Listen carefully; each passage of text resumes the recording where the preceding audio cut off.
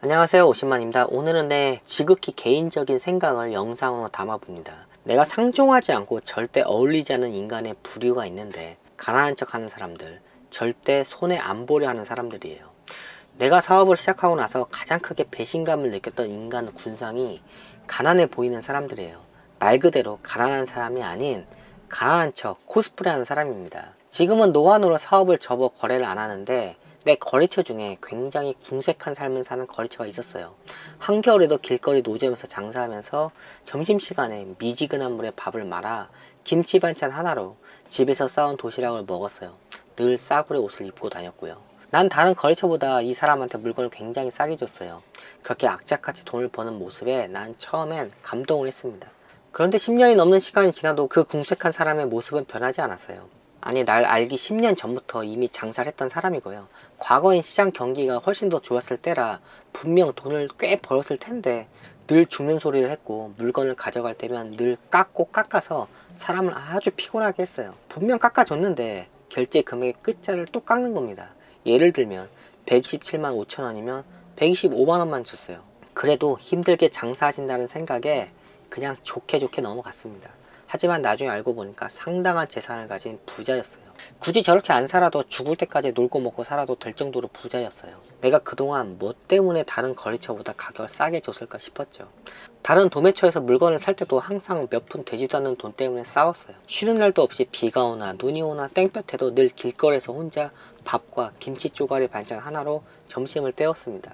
당시 밥값은 5,000원에서 6,000원이었어요. 따뜻한 곳에서 편안하게 따뜻한 국물에 밥 먹지. 난 왜 저렇게 사는지 이해가 안 갔어요. 허투루 돈을 안 쓰는 게 아니라 그냥 돈을 안 썼어요. 저러다 결국 몸져 누워 약값 병원비로 다 나갔어요. 난 오랜 시간 거래를 했지만 이 사람과 거래를 해서 남긴 이익이 크지 않아요. 그리고 내가 상황이 어려워지면 어떤 거래처는 날 도와주려고 일부러 더 많은 물건을 시키는 거래처도 있고, 물건값을 먼저 주는 거래처도 있는데, 이런 거래처는 내 어려움을 역이용합니다. 내 공공함을 알고 물건값을 후려쳐요. 날 도와주는 거라 말하는데 내 물건을 그냥 헐값에 가져가려고 해요. 난 겉으로는 웃으면서 도와줘서 감사해요 라고 말하지만 뭐 어쩌겠어요. 난 당시 돈이 급한 상황이라 손해를 감수하면서도 물건을 빼야 했어요. 저런 모습을 볼 때면 내가 왜 그동안 인정을 베풀었을까 싶어요. 내가 5년 전 새들어 있던 창고 건물주도 엄청난 수전노였어요. 그 독 베이비도 도시락을 싸워서 물 말아 먹던 놈이죠. 4층에서 냉장고 같은 걸 버릴 때 혼자 낑낑대고 내려오는 게 안쓰러워서 나와 내 직원이 몇 번을 도와줬는데, 이게 몇 번 도와주다 보니까 언젠가부터 그냥 대놓고 애들한테 자기 일을 시키더라고요. 당연히 인건비를 주고 사람을 불러 시켜야 할 일을 우리가 몇 번 도와줬더니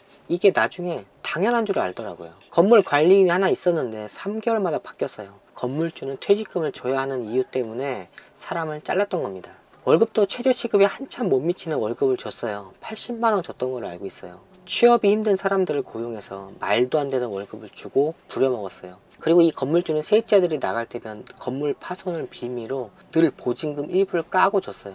대부분의 세입자는 잘 모르니까 건물주한테 당했습니다. 내가 새들어 있던 창고 건물이 재건축으로 몇 달 뒤 처부실 건물이고요. 건물주가 이미 보상을 받아서 어떻게 보면 이젠 자기 건물도 아닌데 세입자한테 원상복구를 시켰어요. 자기의 심기를 건드리면 자신이 할 수 있는 모든 방법을 다 동원해서 세입자를 괴롭혔고 보증금을 까고 줬어요. 내 창고 건물주를 몇 년을 지켜보면서 돈이란 게 근로소득으로만 버는 게 아니라 저렇게 사람 등쳐서 버는 법도 있다는 걸 알았어요. 내가 이 건물주 독 베이비 노친애 때문에 법원도 다녀오고요. 정말 많은 걸 배웠어요. 그리고 건물주와 싸워 이기지 못해도 화병 나게 하는 방법도 터득했습니다. 난 이 건물주가 이 건물 하나밖에 없는 사람인 줄 알았는데, 나중에 알고 보니까 서울에 건물 3채나 가지고 있던 수백억대 자산가였어요. 자신이 손해보는 꼴을 견디지 못합니다. 건물에 문제가 생기면 늘 세입자한테 뒤집어 씌웠죠. 난 사회생활 하면서 늘 내가 조금 손해보고 살자라는 마음으로 살았어요. 근데 문제는 생각보다 꽤 많은 인간들이 이런 점을 역이용하고, 난 늘 손해를 봐도 괜찮고 자신이 손해를 보면 서운해해요. 내가 약간 손해보는 행동을 하다가 당연한 내 권리를 말하면 자기가 그동안 나한테 받았던 걸 생각 안하고 엄청 서운해해요.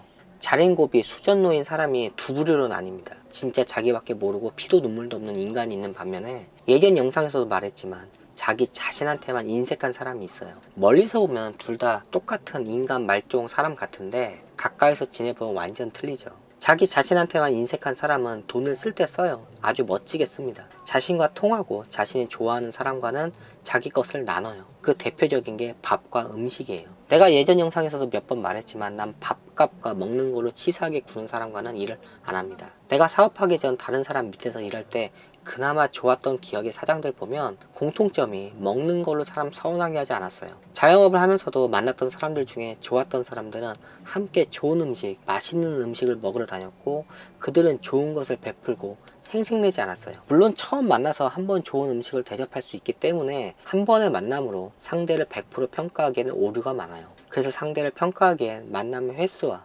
다양한 상황, 그리고 상대가 나와의 관계가 수직적인 관계인지 수평적인 관계인지에 따라 상대의 태도가 달라집니다. 하지만 슬픈 현실은 자신이 번 돈을 사람들과 나누는 사람은 큰 돈을 벌지 못해요. 주변 사람들은 이런 사람 보고 오지랖이 넓다고 하죠. 군입대 전 6인 사업장인 비닐 공장을 다녔는데 첫 출근했을 때 저녁 먹으러 간 식당 밥이 설익어서 나왔어요. 처음에 그냥 실수라 생각했는데 매일 설익은 밥이 나왔는데 직원들이 아무도 식당 아줌마한테 말을 안 하는 거예요. 내가 참다 못해 식당 아줌마한테 한마디 했어요. 근데 식당 아줌마 말이 아주 가관이었어요. 중고로 산 밥솥이 고장이 나서 어쩔 수 없다네요. 산지 2달밖에 안 돼서 어쩔 수 없다고 합니다. 난 어이없는 해명을 하는 식당 아줌마한테 다른 손님한테도 이런 밥을 파냐고 말하니까 너희들한테만 저 밥솥으로 한 밥이 나가고 다른 손님한테는 정상적인 밥을 판다는 개 어이없는 답변을 들었죠. 식당 아줌마가 나이에 비해 좀 반반한 얼굴이었고요. 너무나 당당하게 말하는 모습에 그때 우리 사장과 이 식당 아줌마가 내연 관계인 걸 알았어요. 난 딱 한 달 채우고 그만뒀어요. 한 달 채운 이유는 당시 23년 전 분위기상 며칠 일하고 그만두면 월급을 안 줬어요. 그래서 한 달을 설익은 밥 먹으면서 버틴 겁니다. 사장이 직원을 머슴처럼 생각하니 뭐 사장은 그렇다 쳐도 이 부당한 대우를 받아도 아무 말도 안 하고 그냥 설익은 밥을 먹고 일하는 직원들도 이해가 안 갔어요. 뭐 대단한 직장도 아니고 어딜 가도 받는 월급 수준인데 저걸 왜 참는지 이해가 안 갔어요. 항상 저런 사장이 하는 말들이 지금 회사가 어렵다 이지랄 하는데 자녀들은 다 해외 유학 보내고 잘 먹고 잘 살고 그냥 부자가 아니라 엄청난 부자들이었어요. 저 당시가 IMF 상황이라 다들 어렵다는 핑계로 월급을 깎던 시절이었는데 저 때 수출과 제조업은 낮은 환율 덕택에 초호황이었습니다. 20대 연락을 끊게 된 친구들도 여자 꼬시는데 쓰는 돈이나 지 몸뚱이에 꾸미는 돈은 펑펑 쓰면서 친구들 만날 때 쓰는 돈은 아까워서 늘 얻어먹고 사는 그지 같은 애들이 있었어요. 내가 한 번은 물었어요. 왜 넌 우리 만날 때는 이런 데만 오냐?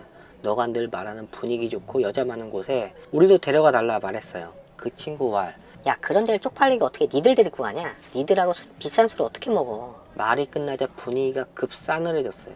그 친구 눈에는 나와 내 친구들이 딱 그렇게 보인 거예요. 사업을 시작하고 만난 사람들 중에도 상당수 자산을 모은 사람들은 늘 자신이 현재 힘들고 장사가 안 된다고 말해요. 한 번도 장사가 잘 된다는 말을 들은 적이 없어요.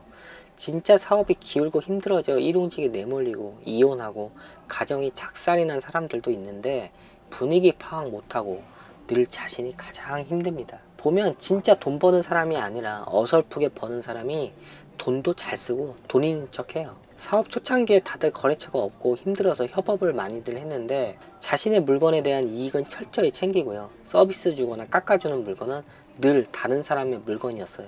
자신의 물건으로만 영업이 안 되니까 나와 다른 사람 물건을 같이 가져가서 엄청 싸게 물건을 밀어넣는 양 말하길래 거의 원가의 물건을 줬더니만 나중에 알고 보니까 말도 안 되는 가격에 눈탱이를 쳐서 팔아갖고 나중에 내가 영업한 거래처도 아닌데도 불구하고 욕은 내가 다 얻어먹고 교환 반품을 받아줬어요. 동업이나 협업이 진짜 어려운 이유가 자신의 이익을 1도 포기하지 않으려는 마음 때문이에요. 절대 나와 동업자가 5대5로 일을 못합니다. 누군가는 손해를 봐야 하고 누군가는 일을 더 해야 동업이 굴러가요. 내가 10년을 거래하면서 매번 물건을 외상으로 가져가고 결제를 빨라야 3개월, 보통은 6개월, 늦으면 1년 뒤 결제를 해주는 할머니 거래처가 있었는데 매번 외상으로 가져가 놓고 물건을 교환하고 반품하길래 초반엔 나이 든 사람이라 그냥 안쓰러워서 해줬는데 나중엔 그냥 대놓고 자신의 권리만 요구를 해서 너무 어이가 없어서 내가 한마디를 했어요. 결제도 안 하고 가져간 물건을 교환 반품하는 사람이 어디 있냐?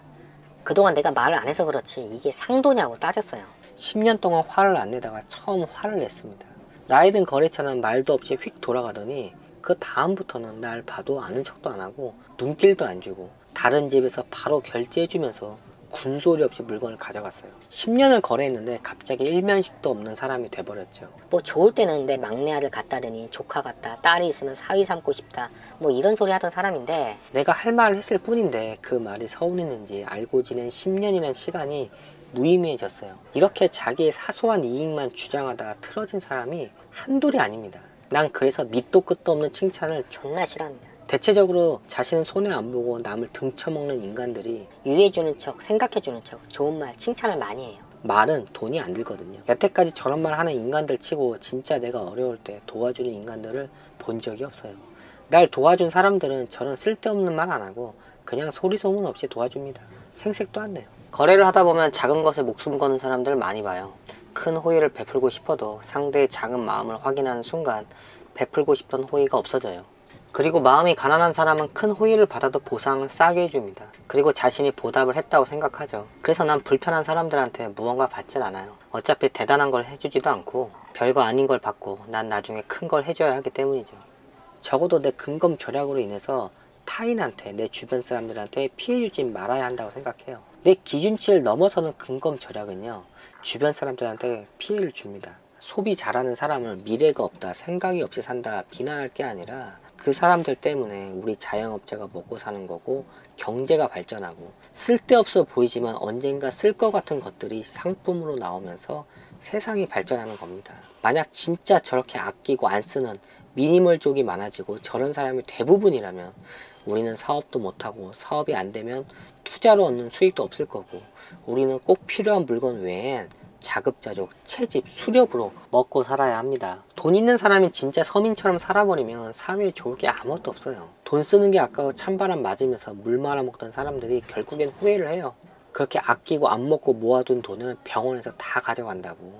결국 자식들이 뭐 다 쓰겠죠. 내가 아내와 늘 했던 이야기가 있어요. 내 돈은 이미 다 썼고 남의 돈도 다 내 돈처럼 썼기 때문에 우리 가족은 내일 지구가 멸망해도 억울할 게 없다고요. 돈을 써봐야 돈을 왜 벌어야 하는지 진정한 의미를 알 수 있어요. 과소비를 하라는 말이 아니에요. 절대로. 아시겠죠? 그럼 영상 마칩니다. 안녕히 계세요.